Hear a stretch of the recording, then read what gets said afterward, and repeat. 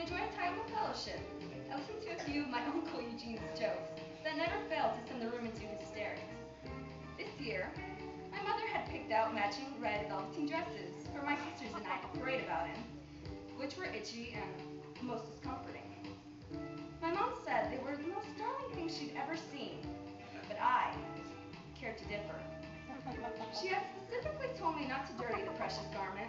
She had also pinned my sausage curls into the most ridiculous bun I had ever seen in all my 6 years of living. As I stepped into view, the whole family cooed with glee. Yes, this was most embarrassing.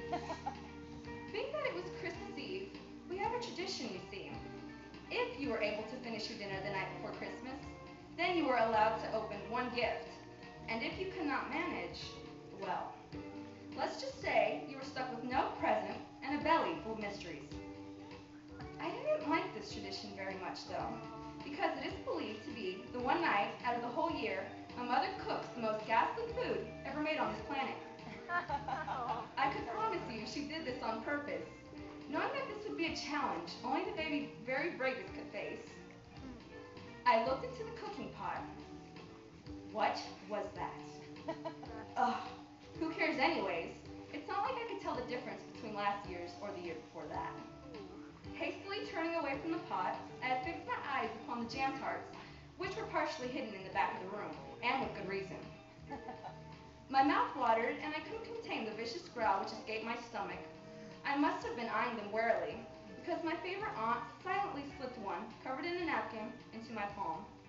I looked up at her and murmured a quiet, "Thank you."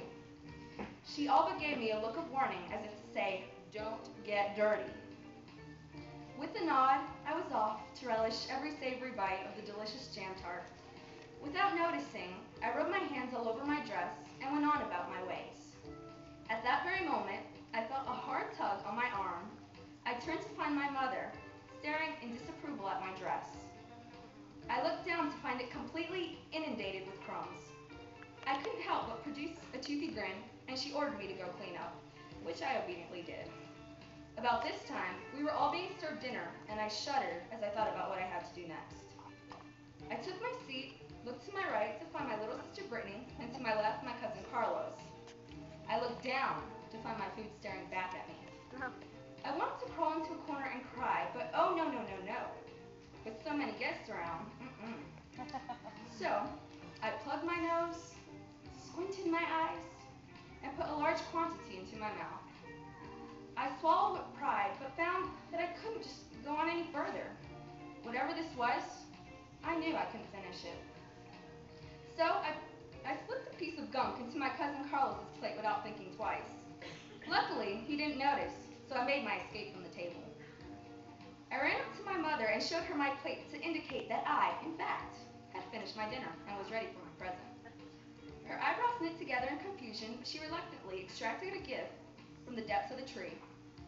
I crossed my fingers in hope for a Barbie when my mother handed me a big rectangular box. In a rush, I ripped the brightly colored paper and made my way through the box to come across a hand-knitted sweater. In the background, I could hear my cousin Carlos ranting about this mountain of food consuming his plate. I think he had just discovered the pile of gunk I left for him. Dispelling the thought altogether, I turned my attention back to the gift. A sweater! I ate one mouthful for this. I then heard my grandmother speak up.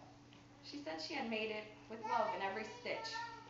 My sweater then appeared to turn into the most valuable gift of them all. As I embraced her, my mother, for the second time that night, tugged on my arm. Turns out, Brittany had seen the entire food incident and had told Mother. That night, I was confined into my room until further notice. But I had gotten to open my present, and a meaningful one at that, and would forever have a funny story to tell.